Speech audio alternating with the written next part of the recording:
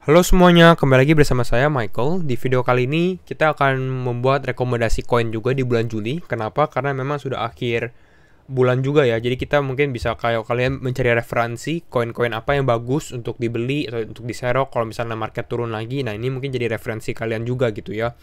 Dan memang tujuan saya di video ini memang untuk memberikan rekomendasi untuk koin-koin yang fundamentalnya kuat juga gitu ya. Jadi bukan kayak koin abal-abal atau koin micin gitu ya. Memang ini koin yang ada use case-nya juga lah seperti itu. Nah, saya bagi sebenarnya jadi ada 8 koin. Jadi 4 ini memang fundamentalnya kuat, top 20 koin market cap-nya.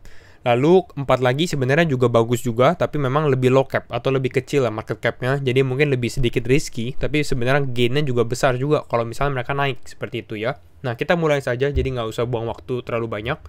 Nomor satu pasti Bitcoin. Kenapa Bitcoin? Karena dengan market seperti ini, Bitcoin ini sangat penting sekali gitu ya. Dan kalau misalnya kalian lihat, selama beberapa minggu terakhir, Bitcoin ini naik kadang signifikan sekali. Pada saat altcoin lain pun juga naiknya gak begitu signifikan lah seperti itu. Jadi Bitcoin ini adalah pilihan yang bagus untuk kalian yang mau investasi. Salah satu contohnya juga adalah event terbaru di dalam Bitcoin juga. Kita lihat Tesla, Elon Musk, and Twitter Jack Dorsey agree to have the talk at Bitcoin event Beword. Sebenarnya event-event Bitcoin mungkin ada banyak gitu ya. Kemarin juga ada event Bitcoin 2021 gitu ya. Tapi mungkin sedikit berbeda karena ada satu tokoh kontroversi juga ya, yaitu si Elon Musk. Mungkin dengan kalau misalnya talk ini terus tiba-tiba si Elon Musk bilang, oke, saya ngerti Bitcoin, terus dia bilang, oke, Tesla bakal accept Bitcoin lagi. Wah, itu bakal drive harga Bitcoin naik pasti terbang lagi, istilahnya begitulah ya. Tapi ya kita lihat lagi lah perkembangannya bagaimana. Ini adalah Bitcoin event. Kapan eventnya? Akhir Juli ya, 21 Juli 2021 ya. Nah, itu adalah Bitcoin. Kenapa alasannya? Saya sudah jelaskan. Lalu yang kedua adalah Ethereum. Ethereum nomor 2.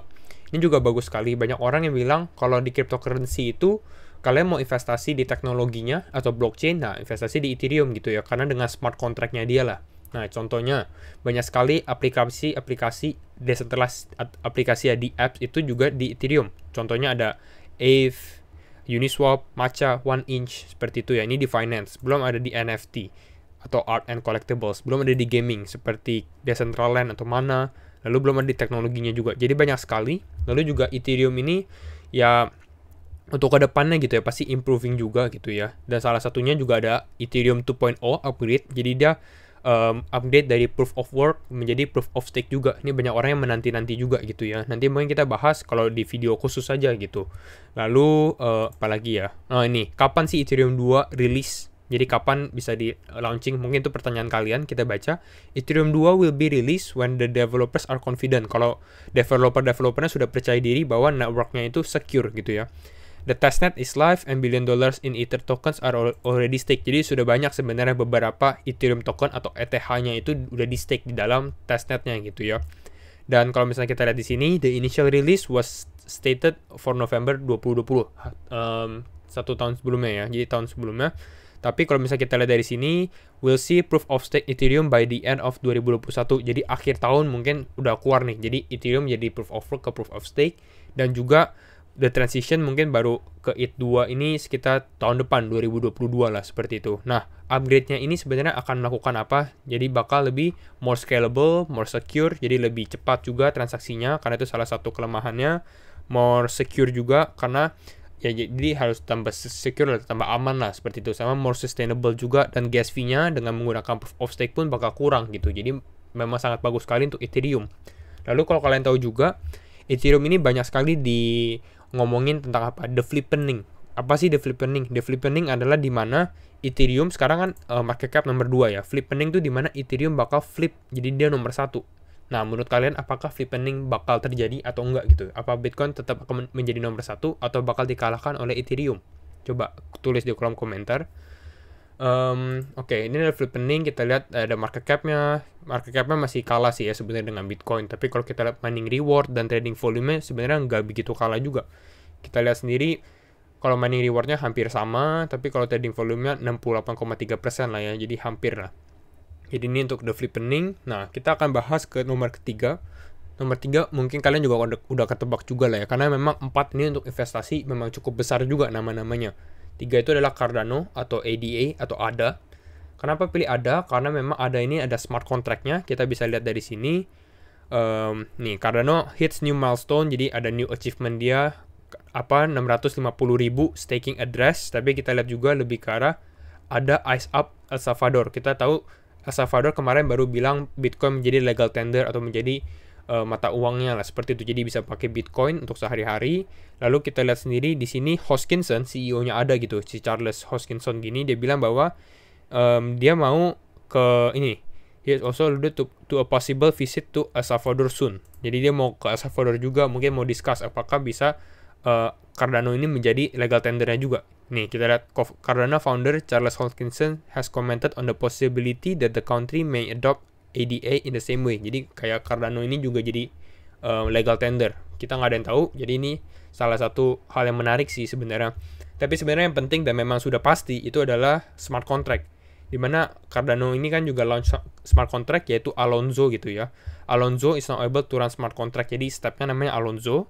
Alonzo sendiri ada beberapa phase. Pertama Alonzo Blue, Alonzo White, sama Alonzo Purple. Seperti itu ya. Kita bisa lihat di sini. Alonzo Blue, the first three development. Lalu nanti ada kayak second stage-nya Alonzo White. Lalu ada Alonzo Purple, dan lain-lain. Jadi kayak ada 90-day roadmap. Atau berarti sekitar 1,5 bulan. Ini di Twitter juga ada gambarnya. Jadi Alonzo Blue, mungkin nanti di bulan Juli nih. Kita bakal ada launching Alonzo White. Nanti di bulan Agustus Alonzo Purple. Nanti baru September kita sebenarnya baru lihat Alonzo Mainnet, di mana Cardano adopt smart contract. Jadi kita udah jadi public lah seperti itu. Itu untuk Cardano. Kita lihat sendiri ini beberapa setupnya, testingnya seperti itu. Kalian bisa lihat sendiri Alonzo White, lalu ada Alonzo Purple. Nah itu Cardano.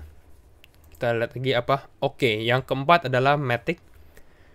Matic di posisi keberapa? Matic di posisi ke-16. Matic ini juga bagus juga Matic. Ini juga pernah saya bahas baru-baru ini sih saya bahas fundamentalnya. Kalian bisa cek videonya juga, video Matic Polygon ya. Nah, Matic Polygon, good newsnya apa? Good newsnya adalah Polygon Matic chosen as platform for Beeple's new NFT venture. Kalau kalian nggak tahu NFT, kalau kalian nggak tahu Beeple ini adalah salah satu artis sebenarnya. Dia juga artis yang membuat NFT dan karyanya ini memang dijualnya cukup mahal. Yang terakhir itu ya, Beeple. Lalu kita lihat juga Polygon launch new project juga, namanya blockchain project namanya Avail. Polygon Matic has announced the launch of its latest development in the form of an all new project called Avail. Lalu kita lihat ini lebih buat ke general purpose saja, jadi kayak buat ya biasa aja generalnya lah seperti itu. Tapi kalau kalian mau lebih detail lagi untuk fundamental Matic, saya rekomendasi untuk nonton video saya biar ngerti juga, karena fundamentalnya bagus juga. Dia sebagai level 2-nya atau upgrade-nya Ethereum lah kalau secara singkat lah seperti itu. Nah itu adalah keempat koin yang memang cukup bagus. Kita langsung masuk ke 4 lagi nih. 4 ini sedikit lebih low cap yang saya bilang. Kita mulai dari yang pertama, mungkin kita search aja. Kusama. Kusama ini nomor berapa? Kusama nomor 52 ya. Kenapa pilih Kusama? Kusama ini sebenarnya di Polkadot ecosystem. Jadi dot ecosystem, tapi saya lebih prefer sebenarnya Kusamanya. Kenapa? Kita buka websitenya Kusama. Develop on the Canary Network. Many teams will choose Kusama for their decentralized application, the app or parachain, and remain exclusively on Kusama. Other teams will join Kusama as a temporary preparation ground for deployment on Polkadot. Jadi intinya secara singkat gitu ya, Kusama dan Polkadot ini kayak sepupuan lah. Jadi mereka mau develop network atau ya develop ekosistemnya lah seperti itu. Tapi kalau dot ini sebenarnya ya harus yang udah pasti gitu. Jadi yang buat uji cobanya sebenarnya Kusama. Dan sekarang Kusama ini sudah melakukan proyek uji coba dengan apa? Dengan auction dengan lelang parachain. Jadi contohnya ini. Nih, parachain slot auction atau lelang parachain dan crowd loans-nya juga seperti itu. Dan kalau misalnya salah satu yang menarik adalah pada saat mereka mau lelang gitu ya, project-project lain gitu ya, kita lihat to bid in an auction, parachain teams, jadi orang-orang yang mau dapat slot di parachain ini, mereka harus lock up a portion of Kusama native token. Jadi beberapa Kusama ini bakal di lock, bukan di stick ya. Jadi di lock aja, dikunci bahwa nggak bisa dikemana-manain Kusamanya. Tapi setelah kontraknya selesai, baru nanti dikembalikan seperti itu ya. Jadi bukan cost, tapi cuma buat di lock doang. Dan ini artinya apa? Jadi artinya sebenarnya supply Kusama di dalam market pun ini relatif akan lebih sedikit, karena banyak yang di lock juga. Akan ada, kalau nggak salah ada 5 auction lah ya. Dan nanti kita baca kalau ya auction pertama ini yang di lock tuh berapa. Kalau kita lihat dari supply-nya Kusama sendiri pun ya lumayan dikit sekali sih sebenarnya, cuma sekitar 8 juta Kusama. Ini kalau total supply kita lihat sekitar 9,6 juta, 9.6 million Kusama ya. Jadi makanya kita lihat harganya tuh cukup mahal juga sebenarnya untuk Kusama. Nah, kita lihat auction pertama sudah selesai nih ya. Auction pertama yang menang adalah Karura. Dia adalah Divine Network, dia mendapatkan first auction slot atau parachain slot di Kusama seperti itu. Nah, di sini kita lihat sendiri ada sekitar 500.000 Kusama tokens from the community. Jadi waktu lelang pun banyak sekali yang aktif sekali nih untuk membeli Kusama. Walaupun harganya mahal sebenarnya, tapi ya kalian kan bisa beli a portion, atau kayak nggak usah beli satu, tapi bisa beli setengah atau beli seperempat seperti itu ya. Tapi Kusama ini juga nggak ada di Indodax ya. Jadi Kusama ini kalau kalian mau beli Kusama, bisanya belinya di Binance dan TKO kalau nggak salah. Nah, itu untuk yang kelima. Kita yang keenam. Keenam itu apa? Keenam adalah ini, Elrond atau IGLD ya, eGold gitu ya. Elrond ini peringkat ke-59, sebenarnya ini juga bagus juga. Elrond kita lihat secara singkat ya. Elrond adalah blockchain protokol, dia ya hampir sama sih, menggunakan sharding juga, ada smart contract gitu ya. Dan founder-foundernya sebenarnya cukup kuat juga, namanya Benjamin Minchu. Dia itu siapa? Dia sebenarnya adalah responsible for product marketing, jadi marketing sama community juga untuk NEM kalau kalian tahu. Lalu dia juga ada early investor juga, di mana di Zilliqa, di Tezos, di Brave sama di Binance gitu ya. Lalu ada twinsnya juga atau kakak adiknya ya, kalau nggak adik kakaknya, Lucian Minchu. Dia juga bagus juga sebagai founder Elrond. Elrond ini kayak kalau menurut saya sebagai hidden gems atau enggak ya hidden gems lah. Jadi mungkin ini diam-diam dia menghanyutkan juga. Kita bisa lihat juga Elrond, kita lihat ini. Here is why Solana atau Elrond could be your best bet. Tapi kita nggak bahas Solana ya. Solana sebenarnya juga bagus, tapi saya mungkin di video ini khusus untuk Elrond atau eGold gitu ya. As for Elrond, kalau orang bilang ya, Elrond ini sebenarnya major selling point-nya ya di speed, karena dia juga di smart contract juga ya. Sama developernya lebih friendly, lebih kayak bisa menggunakan beberapa programming language lah yang berbeda. Lalu Elrond also mention ada strongest community, dan the second strongest community only after Cardano. Jadi mungkin yang kedua setelah Cardano. According to Piccolo Research, Elrond juga bedanya adalah kalau di smart contract atau di ekosistem, biasanya ini supply-nya ini nggak terbatas. Tapi kalau Elrond ini kita ada maksimum supply di sekitar 31 juta. Jadi memang makanya kita harganya lumayan besar juga, dan karena ada maksimum supply-nya lah seperti itu. Nah, ini adalah website-nya Elrond, kalian bisa lihat sendiri juga. Ini untuk Elrond. Lalu kita juga yang lihat yang terakhir, yang ketujuh ya. Oh, sebelum ini kita juga lihat ada Solana and Elrond can be game changers in the crypto market. Memang Solana juga bagus, Elrond pun juga bagus. Tapi kalau menurut saya Elrond ini banyak orang yang belum tahu tentang IGLD lah. Jadi mungkin buat kalian yang nonton video ini ya, kalian jadi tahu sekarang IGLD ini sebenarnya cukup berpotensi lah seperti itu ya. Nah, yang ketujuh adalah GRT atau The Graph. Kita coba cek GRT. The Graph ini juga bagus sekali. Dia peringkat ke-53. Jadi Kusama peringkat 52, eGold peringkat 59, GRT peringkat ke-53. Jadi sekitar 50-an juga ya. The Graph ini juga bagus. Bergerak di bidang AI dan big data. Kita tahu sekarang data ini penting sekali. Orang kita kalau misalnya buat survei dan lain-lain, data ini penting lah. Jadi ini kalau misalnya secara singkat, apa sih itu The Grid atau The Graph GRT ini? The Graph ini sebenarnya dia di ekosistemnya Ethereum sendiri ya gitu ya.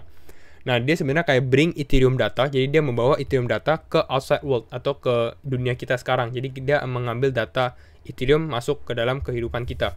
Contohnya ini adalah The Graph, websitenya The Graph sendiri. Kita lihat ada USDC, ada Decentraland juga, ada Compound, ada Uniswap, seperti itu ya. Ini untuk The Graph. Nih, Optimism and The Graph partnership to scale up on Ethereum. The Graph will provide developers building on the optimistic Ethereum level 2. Jadi memang ya sebenarnya kayak upgrade-nya level Ethereum lah, tapi memang kalau The Graph sendiri fokusnya ke AI-nya, Artificial Intelligence, sama ke big datanya juga. Jadi lebih ke data. The Graph ini juga lumayan bagus juga sih menurut saya, karena menarik, karena belum ada yang di bidang data sendiri seperti itu ya. Ini untuk The Graph. Lalu yang terakhir adalah Decentraland atau Mana. Nah, ini kalau kalian yang NFT nih, coba ya, kita coba cari Decentraland atau Mana, mungkin di sini ya. Mana ini ranking 76. Dia sebenarnya di bidang gaming satu dan juga di NFT. Nah, kita coba baca dulu. Mungkin kita lihat websitenya dulu ya. Nah, ini websitenya dia kayak seperti virtual reality lah. Jadi kayak VR gitu ya. Jadi kayak orang bisa berjalan-jalan di sana. Mungkin kalian kalau tahu game apa ya? Game seperti Minecraft mungkin ya. Jadi seperti ini. Ini adalah mana? Virtual world lah. Seperti itu ya. Kita baca. An estate in virtual world Decentraland just sold for nearly $1 million. Jadi cuma untuk mendapatkan satu posisi doang nih, satu posisi di virtual world mereka, kayak satu properti lah, lahan properti gitu ya. Ini memang dijual propertinya, dan kita lihat ini dijualnya seharga berapa? Seharga sekitar hampir $1 juta. Jadi mahal sekali ya. Dan ini kita lihat dibeli oleh Republic Realm. Dia adalah apa? Dia adalah real estate atau property investment firm. Jadi untuk perusahaan properti lah di Amerika mungkin ya. Nah, kita bacanya ini. Kenapa sih mereka beli? Kita lihat di sini. Decentraland estate that sold yang tadi sekitar $900,000 ya, will become a virtual shopping district. Jadi dia bakal bikin mall istilahnya di dalam virtual world-nya sendiri. Namanya apa? Namanya Metajuku. Kita mungkin bisa lihat. Nah, namanya adalah Metajuku. Estate owner ini kita udah baca juga. Metajuku shopping district is modeled after Japanese district Harajuku. Jadi kayak mirip-mirip lah desainnya mungkin ya. Karena apa? Karena dia bilang which is known Harajuku ini terkenal di Jepang dengan street fashionnya mereka, dengan kayak ya fashion street looks lah mungkin ya. It will house 2 brands, jadi bakal ada 2 branding yang bakal di dalam sini bakal menjual lah seperti itu. Brandingnya apa? Brandingnya sebenarnya nih DressX sama Tribute Band. Jadi sebenarnya brandingnya pun ini sebenarnya untuk virtual reality juga. Jadi ya cukup menarik sih menurut saya perkembangannya. Nih contohnya DressX mana nih? Nah, ini DressX berarti kayak gini untuk avatar mungkin ya, avatar ini. Jadi mungkin perkembangannya bakal ke arah sini ya kalau untuk gaming-gaming seperti ini. Lalu ini juga untuk Tribute Band. Ini yang juga bakal menjual di Decentraland mana. Ini sold out semua. Nah, kalau buat mengerti Decentraland mana mungkin salah satu film sebenarnya sih. Kalau kalian tahu Ready Player One, mungkin ini kan juga virtual reality. Jadi mungkin kalian bisa relate juga. Ada dengan mereka punya ini avatarnya sendiri, kita bisa beli fashion yang bajunya atau jaketnya seperti itulah. Jadi ini menarik sekali untuk Decentraland, perkembangan di gaming industry juga gitu ya. Nah, itu saja sih ke-8 rekomendasi saya untuk bulan ini, yaitu ada Bitcoin, ada Ethereum, ada Cardano, ada Polygon Automatic, ada Kusama, ada Elrond, ada The Graph atau GRT, ada Mana atau Decentraland. Dan terima kasih semua yang sudah menonton sampai akhir video, and see you in the next video. Bye bye.